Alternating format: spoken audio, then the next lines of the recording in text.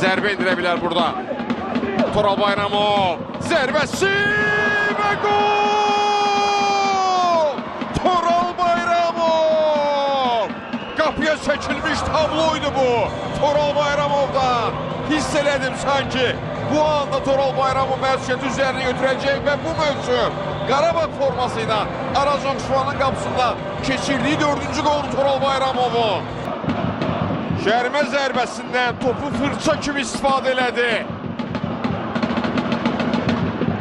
Cristiano Avram sola meyilləndi, top sağa gəldi. Toral Bayramov imzasıydı bu.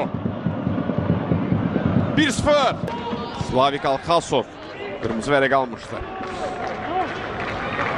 Sağ cəhətdən Qarabağ hücumu. Nərman əl oynadı. Musa Qurbanlı topu Nərmana qaytarır və bu da Nərman Axundzadə. Gol! Oyunun 41-ci dəqiqəsi Nərman Axundzadə hesabı 2-0 eləyir. Golun adı Nərman Axundzadə.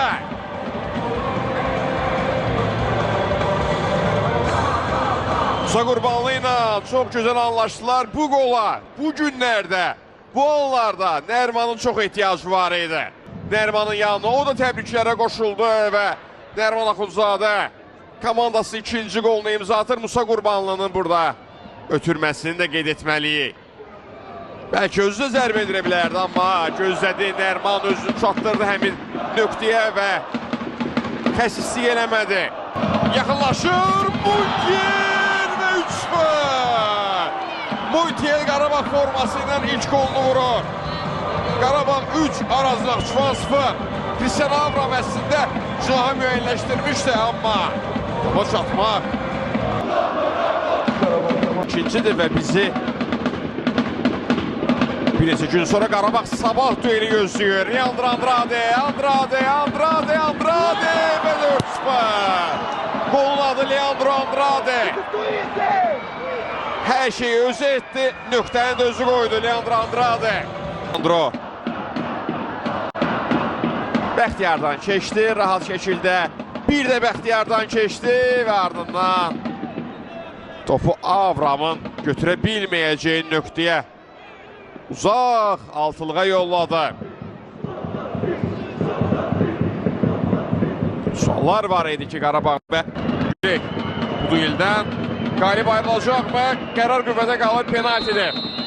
İşarə gəldi.